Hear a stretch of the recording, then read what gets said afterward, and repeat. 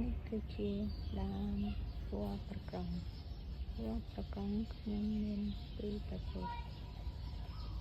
ទទី1វល្លិប្រកងរបស់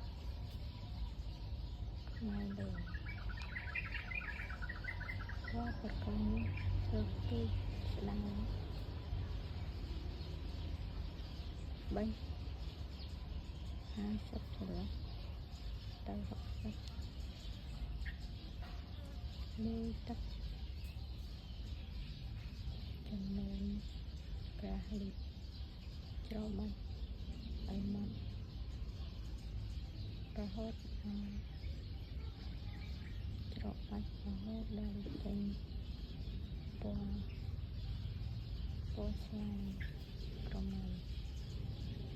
ហូតដល់ឲ្យសល់តែក្រឡងធាងរបស់ស្រុក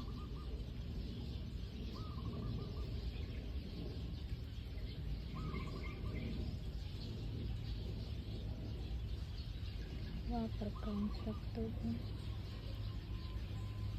ដាក់ស្រស់ឲ្យស្រស់ស្អាតពីធំខំកាពើបើចង់កុំឲ្យកាពើមិនត្រូវតែហាលថ្ងៃសិនខាងយើងយកច្របាច់ធ្វើជាកាពើចំណែកឯបងប្អូនវល្លិប្រកងឆាត់ថប់នេះជាវល្លិប្រកងរបស់ខ្មែរកន្លងវល្លិប្រកងនេះបានចំនួន30ចន្លោះលើទឹក5លីត្រច្របាច់ហើយសល់តែតំណងនៃស្លឹកទៅមកចាញ់វល្លិប្រកងនេះយើងវល្លិប្រកងប្រទេសធំនេះទឹកធំនេះគ្មានធំខ្លាំងក្រពើទេទោះបីយើងដាក់ស្រស់សម្រាប់ទាំងស្រស់ឬក៏ហាលថ្ងៃក៏ដោយវល្លិប្រកងមានរសជាតិតិចគ្មានរសជាតិក្រពើតែចំពោះស្លឹកទឹកនេះមានរសជាតិក្រពើទាល់តែហាលថ្ងៃចាំយើងយកមកប្រើអ្នកនៅភាសាស្ដីខ្លួននឹងប្រកងជាប្រចាំរាល់ថ្ងៃតែជាសាច់ចាំបាច់ប្រើថ្នាំប៉ារ៉ាម៉ាទេសូមអរគុណ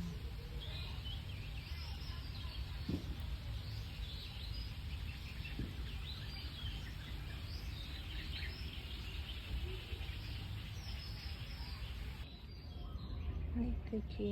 ដើមវល្លិប្រកងវល្លិប្រកងខ្ញុំមានពីរប្រភេទទី1វល្លិប្រកងរបស់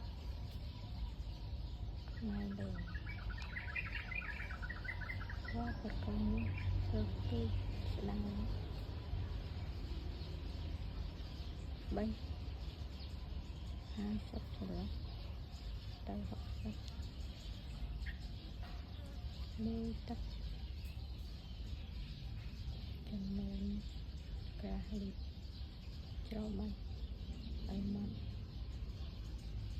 រហូតច្របាច់រហូតដល់ចេញពណ៌ស្វាយក្រមៅរហូតដល់ឲ្យសល់តែក្រឡងធាងរបស់ស្រុក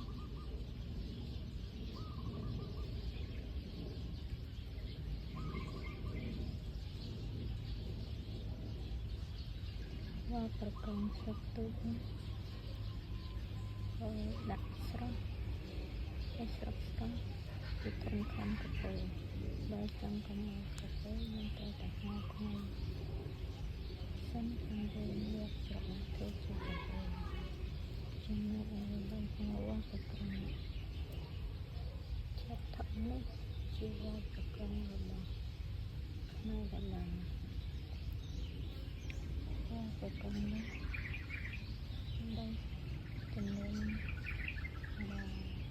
30ចន្លោះលើទឹក5លីត្រច្របាច់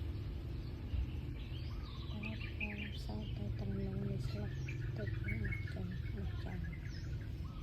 ប្រកងនេះយើងរាប់ប្រកងបន្ទះធំនេះទឹកធំនេះគ្មានធំខ្លាំងកពើទេទោះបីយើងដាក់ស្រស់សម្រាប់ទាំងស្រស់ឬក៏ហាលថ្ងៃក៏ដោយយើងប្រកងមានរសជាតិតិចគ្មានរសជាតិក្រពើតែចំពោះស្លឹកតូចនេះមានរសជាតិក្រពើទាល់តែហាលថ្ងៃចាំយើងយកមកប្រើអ្នកនៅភាសាស្ដីខ្លួនខ្ញុំប្រកងជាប្រចាំរាល់ថ្ងៃទៅជាសាច់ចាំបាច់ប្រើថ្នាំប៉ារ៉ានោះទេសូមអរគុណ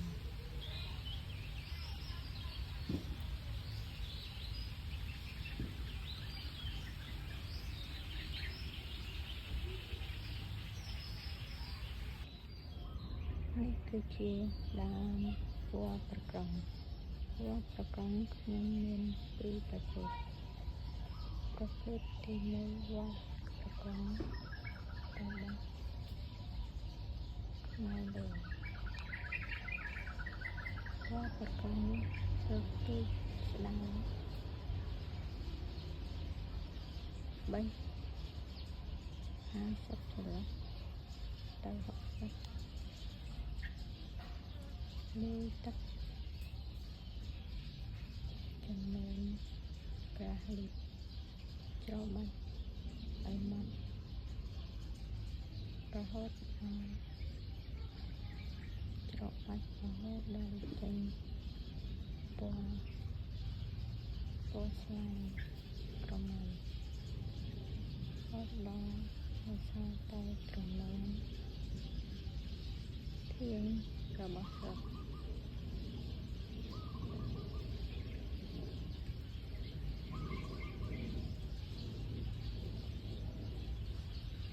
វល្លិប្រកងស្លឹកទូចនេះដាក់ស្រស់ឲ្យស្រស់ស្ទស់ពីត្រឹមខំកាហ្វេបើចង់កម្លាំងកាហ្វេមិនត្រូវតែហាលថ្ងៃ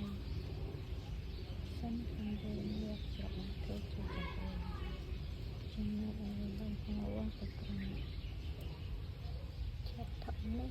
ជាវល្លិប្រកងរបស់ខ្មែរដំណើរវល្លិប្រកងនេះได้ចំនួន30ចន្លោះលាយទឹកកន្លះលីត្រច្របាច់ហើយសល់តែតំណនៃស្លឹកទឹកនេះចេញមកចានវល្លិប្រកងនេះយើងរាប់ប្រកងបន្ទះធំនេះទឹកធំនេះគ្មានធំខ្លាំងកពើទេទោះបីយើងដាក់ស្រស់សម្រាប់ទាំងស្រស់ឬក៏ហាលថ្ងៃក៏ដោយវល្លិប្រកងមានរសជាតិតិចគ្មានរសជាតិក្រពើតែចំពោះស្លឹកតូចនេះមានរសជាតិក្រពើទាល់តែហាលថ្ងៃចាំយើងយកមកប្រើអ្នកនៅភាសាស្ដីខ្លួនខ្ញុំប្រកងជាប្រចាំ